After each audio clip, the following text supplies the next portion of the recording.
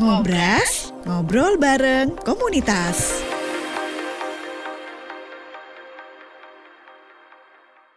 Assalamualaikum warahmatullahi wabarakatuh. Selamat malam pendengar dan juga pemirsa RRI Sumeneb.net. Apa kabar nih malam hari ini? Kita jumpa kembali di Ngobras, ngobrol bareng komunitas. Saya Ani Purnama, senang sekali bisa kembali menyapa Anda pendengar dimanapun berada. Ya, komunitas yang merupakan tamu saya malam ini dari Counseling Movement Indonesia. Kita akan berkenalan lebih jauh bersama ibu-ibu hebat. Ya, malam ini tetap di Ngobras.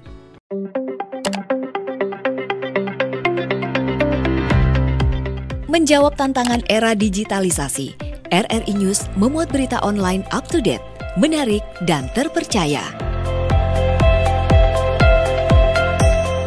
Download sekarang di App Store maupun Play Store. RRI News.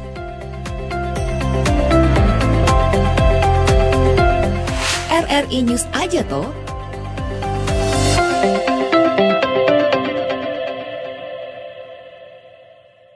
Ngobrol bareng komunitas, Ngobras edisi malam ini saya kedatangan tamu teman-teman dari komunitas Counseling Movement Indonesia. Tidak tanggung-tanggung, langsung ketuanya nih yang hadir ya, atau direktur dari komunitas Counseling Movement Indonesia, disingkat KMI boleh ya. Oke, Assalamualaikum Ibu Rismiati. Waalaikumsalam Mbak Ani. Iya, terima kasih Ibu sudah hadir di studio malam ini Ibu.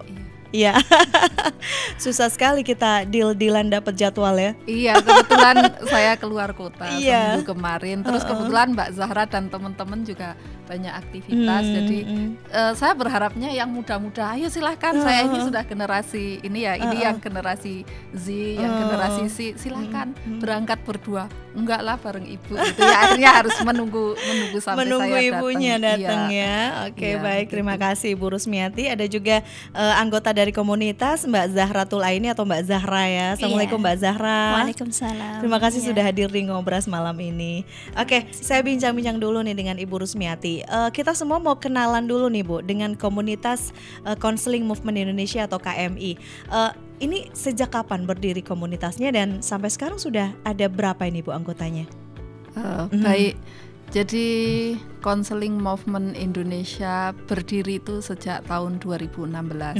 Ya, itu sebenarnya tumbuh dan berdirinya Counseling Movement Indonesia itu diawali dengan spirit ya, semangat bahwa kita harus tumbuh dan menebar kebaikan bersama. Apalagi komunitas perempuan kan tidak sebanyak komunitas laki-laki. Jadi di 2016 itu kebetulan anggota saya itu cenderung open, terbuka dari segala umur, dari segala golongan, dari manapun. Anggota kami tidak terlalu mengikat. Jadi orang sebenarnya berkelompok itu kan pasti ada tujuannya ya. Jadi merasa nyaman di kelompok, merasa bisa tumbuh dan berkembang bersama kita dengan baik. Jadi antar generasi, antar anggota itu bisa saling sharing apapun untuk hal-hal tumbuh dalam kebaikan. Kalau di dunia konseling sendiri, kalau di akademisi kan saya sudah misalnya di lingkup orang-orang tertentu kan sudah memahami. Tapi begitu saya ingin mendapatkan efek domino di samping tidak hanya di ruang 6x6 atau di ruang-ruang kelas, tapi di masyarakat itu orang ngerti loh, ada konseling yang bisa kita nikmati ternyata, dan itu tidak masih terjangkau lah dengan fee-nya, dengan apanya itu orang ternyata ada dan mudah dan terjangkau, tidak serumit yang dibayangkan ketika kita punya masalah terus kita harus kemana. Kan selama ini yang dikenal itu seorang konselor gitu ya. Seorang konselor itu kok kayaknya image-nya itu dikenal kok tidak seramah ini. Ya, katanya mau membantu menyelesaikan masalah, tapi kok kayaknya datang aja sudah enggan orang. Lah kita itu Counseling Movement tuh hadir untuk memberikan ruang bagaimana kita menjemput bola. Ya, jadi saya terjun baik kalau ditanya sepak terjangnya di mana nih, sekupnya di bagian apa saja. Kebetulan saya di pekerja migran juga mendampingi, di pengasuhan ibu-ibu muda yang baru menikah itu kan kan bagaimana mengasuh anak di yang notabene di Sumeneb ini kan, apalagi di desa-desa. Kalau di kota kan malah ada penitipan dan sebagainya. Kalau di desa-desa dengan pola pengasuhan tanian lanjang, ya kan yang ngasuh tidak hanya bapak ibunya, ada om tante, ada kakek nenek dan sebagainya. Saya juga bergerak misalnya bagaimana nih generasi milenial, generasi Z, generasi C ini ketika banjirnya era digital, apa yang harus kita lakukan supaya kita bisa terselamatkan? Ya, era ini kan mendatangkan sekian bujuk rayu kemudahan, tapi kalau tidak hati-hati di era ini juga orang bisa kena terjerumus ke sesuatu yang tidak baik begitu, padahal karena ketidaktahuannya begitu. Jadi hal-hal yang kita lakukan di komunitas kita sebenarnya lebih pada bagaimana kita aware, kita sadar, menyadari bahwa lingkungan itu terus bergerak. Apa yang bisa kita lakukan untuk kita bisa selaras, dinamis tanpa kita kehilangan nilai-nilai baik yang harus kita rawat dan kita kembangkan begitu. Oke, sampai sekarang untuk anggota komunitas dari Counseling Movement Indonesia sendiri sudah ada berapa ini Bu? Di Sumeneb aja ya atau Semadura atau gimana nih?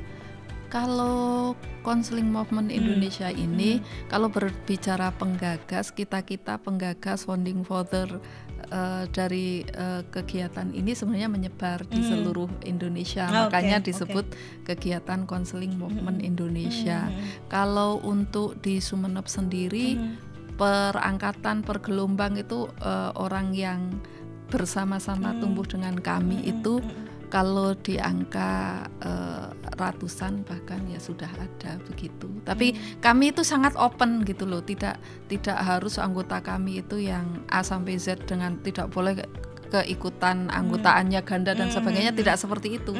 Karena kita adalah komunitas yang memang mau bagaimana kita memberikan ruang-ruang supaya orang kan kadang tidak tahu nih mau minta tolong ke siapa. Saya itu punya persoalan, saya pengen studi nih sebagai perempuan, saya sebagai ibu muda bagaimana ngasih ASI nih, nggak ngerti, makanya saya yang jemput bola hadir ke orang-orang yang merasakan kegelisahan tanpa tahu harus minta tolong ke siapa. Jadi memang kita yang cenderung aktif begitu. Oke. Kegiatannya apa saja nih Mbak Zahra untuk komunitas ini? Kegiatannya selama saya bersama Ibu Rusmiati itu memberikan wejangan apa yang kiranya saya tidak mengerti gitu. Semuanya saya ini sekarang lagi kesulitan untuk beasiswa untuk lanjut S2 begitu. Nah, dalam kegiatan ini juga Ibu memberikan informasi terkait hal tersebut. Jadi di anggota kita ini informasi-informasi yang belum kami peroleh itu kami didapatkan dalam komunitas ini. Semisal apa tuh? Ya semisal seperti itu tadi, beasiswa dan lain sebagainya.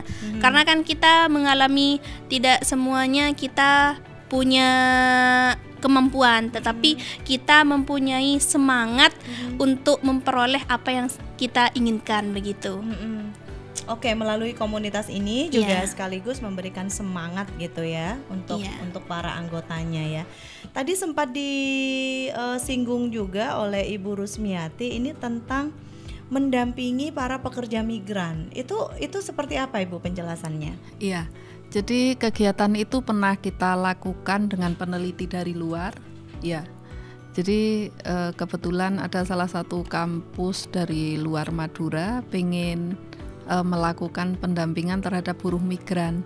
Buruh kira-kira saya bisa ketemu siapa nih di Madura? Kebetulan saya sebagai peneliti lokal bisa menyambungkan lewat Counseling Movement Indonesia di bawah saya. Jadi apa yang kita lakukan pada pekerja migran itu adalah bagaimana ketika mereka sudah kembali dari bekerja di luar negeri. Ya, supaya mereka di sini itu bagaimana bisa menata hidupnya jauh lebih baik. Misalnya dengan skill kemampuan yang dimiliki, mereka kan dari yang tidak tahu berbahasa Inggris sedikit banyak sudah tahu berbahasa Inggris. Itu bisa mereka manfaatkan, gunakan untuk memberikan pendidikan pada anak-anak usia sekolah dasar maupun SD, SMP maupun SMA di lingkungannya. Ketika ada kesulitan, selama ini kan iya kalau di kota mau kursus bahasa Inggris gampang, mau apa gampang. Kalau di desa kan itu kan juga salah satu manfaat bagaimana orang setelah bekerja di sana dia mampu membaca, menulis dan menularkan ilmunya. Berikutnya adalah bagaimana mampu menangkap ide-ide, menangkap peluang-peluang usaha. Hari ini itu kan banyak sekali acara-acara yang cenderung dibarengi dengan selebrasi. Ya, acara apapun itu kan banyak sekali selebrasinya. Salah satunya misalnya bagaimana mereka nih bisa membuat buket, bisa membuat handmade yang custom begitu ya, yang bisa dinikmati oleh para pemesannya, sehingga itu menjadi nilai jual yang seharusnya nilai jualnya kecil, tapi karena dilakukan secara komunitas bersama-sama, jadi model apa nih yang baru dan sebagainya itu bisa saling sharing gitu. Jadi pada intinya kegiatan kita adalah membersamai bagaimana orang-orang mau maju aja, mau berpikir positif aja, terserah masa lalunya seperti apa. Jadi bentuk kontribusinya dari Counseling Movement Indonesia seperti itu ya Ibu, memberikan aura-aura positif ya, dan juga dorongan-dorongan untuk masyarakat luas. Tapi dalam hal ini fokusnya ke pekerja migran atau ada hal lain yang difokuskan? Sebenarnya fokus kita ke siapapun, tidak hanya pekerja migran, netral ya, kepada siapapun. Bahkan pada remaja laki-laki yang masih remaja itu kan kenapa mereka merokok, kenapa mereka bla bla bla, itu juga kami berikan pemahaman, kami berikan ini. Jadi mengapa movement itu ya karena kami yang bergerak, ya kami yang harus, kita itu lebih gede telinga dan lebih lebar matanya. Jadi mendengar nih isu ya seperti ini, fenomena, mata kita melihat fenomenanya seperti ini. Kenapa sudut pandangnya nggak kita rubah begitu. Jadi cenderung orang kan ada terlarut-larut di persoalan tertentu. Kadang sebenarnya mau minta tolongnya ke siapa ini nggak tahu ya, nggak tahu. Ya bahkan saya beberapa kali ke lapas perempuan juga saya hadir, jemput bola ke sana.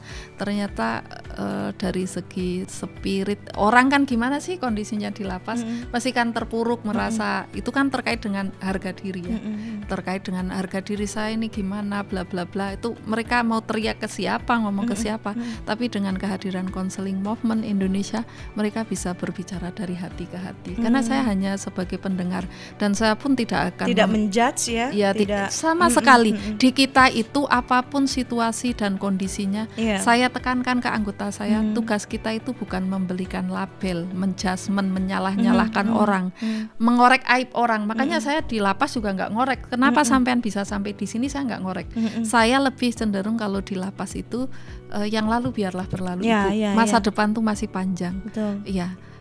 Kita nggak, sekali lagi kita nggak pernah bisa mengontrol apa pikiran orang, tapi yang bisa kita lakukan kita mengontrol pikiran kita. Batas-batas tertentu kapan kita mau misalnya bodoh amat lah, itu kan orang berbicara, tapi saya yang menjalani, saya yang akan membuka lembaran-lembaran baru di hidup saya, bukan orang lain yang akan membuka lembaran baru. Kan sebenarnya si konseli itu sendiri, si para yang kita jemput bola tadi itu kita atur, kita dorong bersama untuk bangkit. Kan orang lagi terpuruk itu kan bisa jadi merasa dunia kok tidak adil, kok saya yang mengalami ini. Butuh diberikan semangat ya. Tapi semangat yang saya berikan sekali lagi juga, saya tidak hanya dari sisi rasional saja, tapi saya lebih bagaimana kita hidup itu, semua itu spiritualitas kita, bagaimana kita jangan pernah lupa bahwa hidup kita itu ada Sang Maha Pengatur. Itu yang selalu saya tekankan. Mengapa orang nyalain itu ada perempuan hamil di luar nikah, kenapa ini itu kan orang dia sudah terpuruk, mengapa disalah-salahin? Kenapa kita tidak memberikan cara pandang yang lain? Misalnya bukan berarti kita pro dengan orang hamil di luar nikah, kita pro dengan perzinahan, kita pro dengan ini. Minimal ketika ada perempuan lain terpuruk, kita sebagai perempuan di luar sana memberikan motivasi, memberikan dorongan supaya bangkit. Begitu. Oke. Mbak Zahro, ada nggak sih suka duka ikut Counseling Movement Indonesia ini? Tentunya pasti ada suka dukanya. Setiap kita melewati pengalaman-pengalaman terbaru pasti ada suka dukanya. Contohnya ketika kami mengalami keterpurukan, seperti yang sudah dikatakan Ibu kan, ada seseorang yang menganggap dirinya sudah, kenapa Yang Maha Kuasa tidak adil dengan kita, dengan apa yang sudah kita rasakan, dengan apa yang sudah kita alami selama ini. Kenapa hal ini terjadi kepada kita? Nah, gitu. Mungkin dari hal itu kita perlu membicarakan bersama bagaimana kita mendorong semangat untuk lebih maju ke depannya agar lebih baik begitu. Oke. Suka dan duka banyakan mana nih, Mbak Zahro? Mendampingi ibunya nih. Mayoritas lebih banyak sukanya, karena kita lebih terbangun nilai-nilai positif untuk lebih baik ke depan begitu, Mbak. Apa hal-hal positif yang didapat Mbak Zahro dari seorang Ibu Rusmiati ini sebagai direktur dari komunitas Counseling Movement Indonesia? Tentunya banyak yang sudah saya dapat. Salah satunya itu pola pikir, bagaimana kita lebih berpikir positif gitu. Bagaimana kita menyikapi sebuah problem yang sedang kita alami begitu. Oke. Sudah. Gitu aja. Oke, barangkali Bu Rusmiati ini bisa menambahkan apa sih Bu, tantangan-tantangan punya anggota yang barangkali mayoritas masih Gen Z gitu Bu. Tantangannya apa nih? Kalau tantangan kebetulan beda generasi ya. Gen Z ini tantangan-tantangan yang saya dapatkan tuh biasanya di generasi ini mereka sebenarnya melesat jauh lebih kencang daripada saya. Tapi untuk menginisiasi itu loh. Sudah kamu sama teman-teman tuh bisa gini-gini, tapi untuk menginisiasi diri bahwa saya mampu, bahwa ini itu masih kurang begitu. Gitu. Iya, jadi apa yang perlu ditambah nih? Semangat seperti apa supaya dimunculkan dari dalam gitu, Bu? Kalau saya berbicara ke mereka itu jangan pernah ngukur seseorang itu di usia yang berbeda. Oke. Iya. Jadi kalau kamu mengukur kamu di usia 20-an sekian, sementara usia saya sudah kepala 4 ya. Sudah kepala 4 sekian menuju kepala 5. Jadi kamu akan kontraproduktif nih. Kamu harusnya produktif, kamu bisa menyampaikan hal-hal baik, tapi karena kamu ngukurnya ini kira-kira mengecewakan nggak ya? Kira-kira bagus nggak ya sama ibu? Kira-kira berkenan nggak ya? Kira-kira ini sudah sesuai ekspektasi nggak? Lah itu yang selalu saya tekankan ke mereka bahwa jangan pernah mengukur itu dengan sesuatu yang sudah jauh lebih dari segi waktu dan sebagainya. Sebenarnya kalian semua itu pasti bisa, pasti mampu di umur kalian, bukan di umur saya. Itu yang saya tekankan. Makanya saya di grup kami sering ketemu sangat intens ya Mbak Zahra ya. Bagaimana sih kegalauan, tidak hanya masalah mau studi kemana, tapi bagaimana kehidupan misalnya pasangan seperti apa sih yang ya terlepas semuanya ada yang maha mengatur, tapi kita kan secara tingkah laku itu bisa melihat bahwa orang ini konsisten nggak, orang ini kalau di keilmuan yang saya pelajari itu diri realnya dengan diri yang dia munculkan, yang dia imagekan itu gadok nggak gitu. Kalau ngeplek ya, kalau nyambung itu, kalau dia bilang saya orang yang on time mengatakan itu, tapi kita lihat tingkah lakunya, dia on time nggak?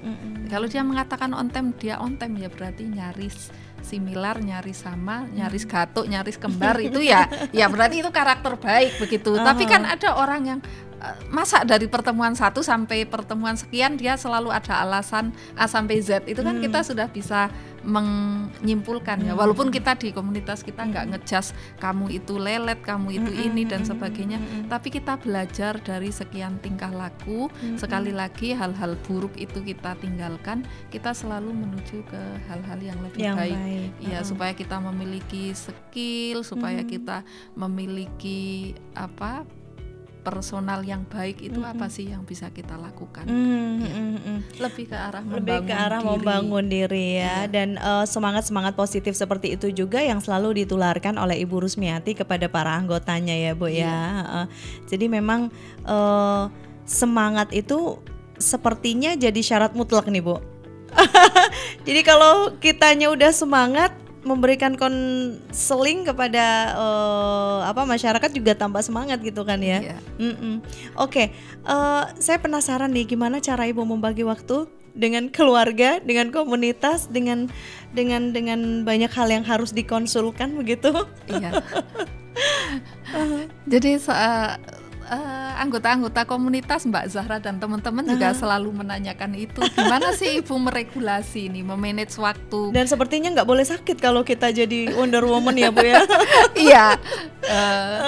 Jadi saya bilang ke mereka, sebenarnya saya duduk hari ini di sini, saya duduk di ruang kelas, saya duduk dimanapun, saya tidak sendiri.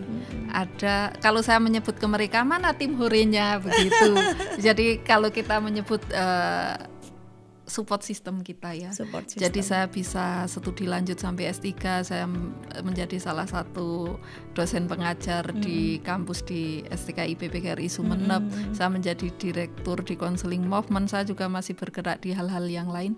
Sekali lagi saya memiliki cara-cara untuk memanage semuanya. Salah satunya ketika saya memberikan layanan pada mahasiswa, saya juga melakukannya dengan jemput bola.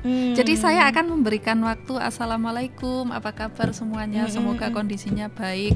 Ibu memberikan waktu konsultasi hari ini bagi mahasiswa tugas akhir jam 8 sampai jam 11, silahkan merapat di list, monggo mau progresnya sampai di mana di list. Atau saya akan memberikan nanti sore silahkan jam sekian. Kenapa saya membuka ruang-ruang itu? Saya menyadari orang itu sulit loh, orang itu sungkan kadang, gimana ya tanyanya untuk memulainya ya, makanya saya lebih cenderung ke jemput bola dan menginisiasi. Karena orang ketika sudah dibukakan pintu nih, sama kayak kita, sini monggo mampir silahkan, kan lebih enak daripada tamu masih harus ngetuk-ngetuk pintu. Sama itu yang saya tularkan ke para anggota-anggota saya. Jadi teman-teman saya itu bagaimana ya Bu cara kita meregulasi, cara kita ngatur, cara kita kita sendiri memulai dari diri sendiri. Ketika sudah jemput bola itu tadi. Jadi jemput bola itu jangan henti-henti dilakukan. Jadi harus terus dilakukan. Jadi kalau ada sesuatu yang sulit pasti akan ketemu solusi, karena kita tiap hari hampir nyaris, bahkan kalau saya mau keluar kota jauh-jauh hari, 2 hari yang akan datang saya akan keluar kota, silahkan hari ini ketemu, nanti setelah saya keluar kota hari ini jam segini ketemu. Jadi saya sendiri yang selalu memberikan ruang-ruang pada orang-orang di sekitar saya, ayo yuk sini, saya siap pada waktu begitu. Oke, Mbak Zahro, terakhir barangkali ini adakah hal-hal yang ingin disampaikan kepada teman-teman komunitas? Tentunya bagi teman-teman yang masih ragu dalam bergabung untuk komunitas kami, jangan ragu, karena di sini kami itu membentuk sebuah perempuan yang bisa bangkit gitu. Tidak hanya laki-laki yang bisa maju ke depan, tetapi juga perempuan bisa melakukannya begitu. Terus kita tidak sendiri, kita punya teman, kita punya banyak orang-orang yang sayang kepada kita. Contohnya dalam komunitas ini kita tidak hanya sendiri, kita lebih bersama-sama, kita ada Tuhan tentunya untuk mengatur semua yang sudah kita takdirkan di dunia ini begitu. Oke, baik. Sekali lagi terima kasih untuk waktunya bersama Ngobras malam hari ini. Sukses selalu untuk komunitas Counseling Movement Indonesia. Tetap semangat memberikan dan memberikan dorongan-dorongan positif ya untuk masyarakat di semua kalangan begitu ya Ibu. Terima kasih Ibu Rusmiati, Direktur dari komunitas Counseling Movement Indonesia, dan juga Zahratul Aini sebagai anggotanya. Salam ya Ibu untuk teman-teman semuanya ya. Tetap semangat, saling mendoakan dan terus sehat, karena perempuan hebat itu katanya dilarang sakit loh.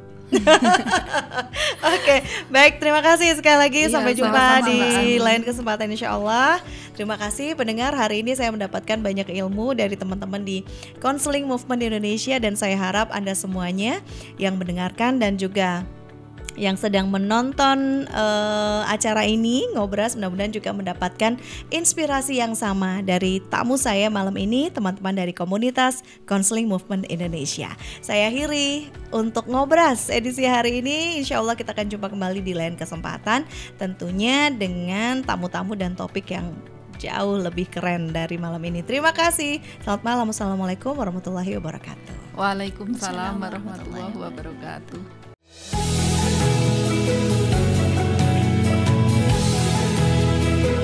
Sampai jumpa di Ngobrol Komunitas selanjutnya.